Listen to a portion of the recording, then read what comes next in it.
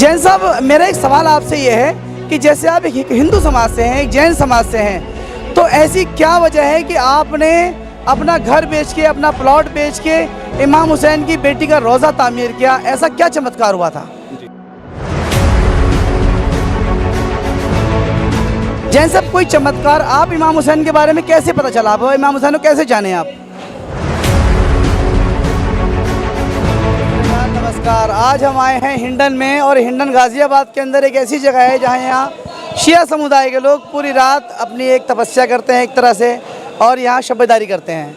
आज हम एक ऐसे शख्स के साथ हैं, ये एक हिंदू समाज से हैं, जैन समाज से हैं, और इनके बारे में इतना कहना काफ़ी होगा कि इमाम हुसैन के इतने चाहने वाले हैं कि इन्होंने इमाम हुसैन की याद में अपना मकान बेच दिया, अपना घर बेच दिया, और घर बेच करके इमाम हुसैन की बेटी का रोज़ा बनाया, और वहाँ पर एक बहुत बड़ा प्रोग्राम किया, मजलिस मातम, बहुत अच्छा प्रोग्राम किया इन्होंने, और पूरे हिंदुस्तान से अच्छे अच्छे लोगों को बुलाया, हर समाज के लोगों को बुलाया, हर धर्म के लोगों को बुलाया, क्योंकि इनका कहना है कि इमाम हुसैन अलैहिस्सलाम किसी एक धर्म, एक मज़हब की प्रॉपर्टी नहीं है, एक धर्म, एक प्रॉपर्टी मज़हब की जागीर नहीं है। तो जैन साहब से हम एक दो सवाल करना चाहते हैं। जैन साहब, जनता बनता में आपका बहुत बहुत स्वागत है। जी, शुक्रिया जी। जैन साहब, मेरा एक सवाल आपसे ये है कि जैसे आप एक हिंदू समाज से हैं, एक जैन समाज से हैं, तो ऐसी क्या वजह है कि आपने अपना घर बेच के, अपना प्लॉट बेच के इमाम हुसैन की बेटी का रोज़ा तामीर किया? ऐसा क्या चमत्कार हुआ था? जी, देखिए, पहली बात तो ये कि जो मौला हुसैन को एक बहुत छोटा कह दिया जाता है इस्लाम के बारे में कह के, वो खाली इस्लाम के नहीं है, वो कुल कायनात के हैं। मैंने एक बार पहले भी ये बात कही थी कि वो शायद अगर 18,000 आलम हैं और कहीं भी अगर इंसानियत के कोई देवता हैं तो वो सिर्फ मौला हुसैन है। और उनकी बेटी शहज़ादी सकीना सलामुल्लाह अलैहा का जो रोज़ा मुबारक बना है वहाँ पर, अगर उसके लिए मुझे खुद को भी बेचना पड़ता तो मैं पीछे नहीं हटता, क्योंकि वो मेरी निस्बत है, मेरी अकीदत है, मेरा विश्वास है, जिसके लिए मैंने, जब उनकी ज़री मुबारक बनी, जब वो रोज़ा बन रहा था, मेरे पास पैसों की कमी हुई उस वक्त, तो मैंने उस वक्त जो प्लॉट पड़ा था उसी वक्त बेचकर उसको पूरा किया था। और अगर उनकी इस सब्र की जो देवी हैं वो शहज़ादी, अगर हम उनके उस मंदिर को वहाँ नहीं बनाते तो उनका जो इतना बड़ा मैसेज है वो उस दुनिया तक कैसे पहुँच सकता, जो वहाँ लोग उनको नहीं जान रहे थे। तो इसलिए हम लोगों ने इस काम को अंजाम दिया।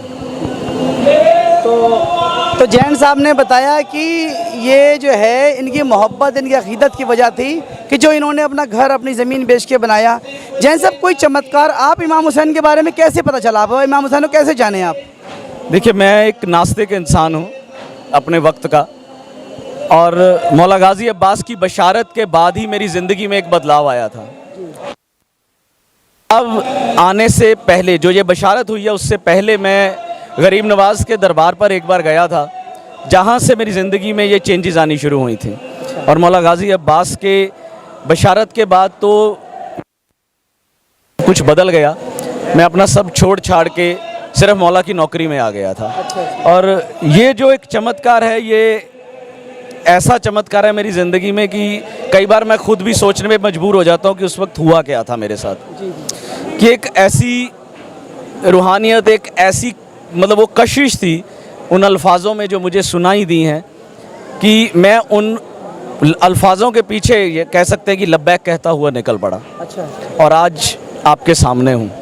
क्या चमत्कार हुआ था? कुछ आपको आवाज़ आई, कुछ सपना आया, क्या चमत्कार था? बेशक आवाज़ थी, चेहरा तो नहीं था मेरे सामने, और उस आवाज़ के जो अल्फाज थे वो मैं आपको बता देता हूँ कि चले आओ मेरी तरफ, चले आओ मेरी तरफ। जी।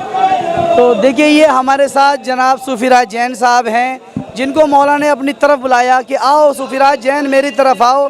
क्योंकि देखिए, मैं अक्सर ये कहता हूँ कि ये एक मुसलमान होने के लिए कलमा पढ़ने की ज़रूरत है, लेकिन एक हुसैनी होने के लिए, इमाम हुसैन का चाहने वाला होने के लिए कलमा पढ़ने की भी ज़रूरत नहीं है। सिर्फ एक इंसान होना ज़रूरी है, एक हुसैनी होने के लिए एक इंसान होना ज़रूरी है। तो सूफीराज जैन साहब का बहुत बहुत शुक्रिया, आपने इतना कीमती वक्त दिया अपना। बहुत शुक्रिया जी, बहुत शुक्रिया।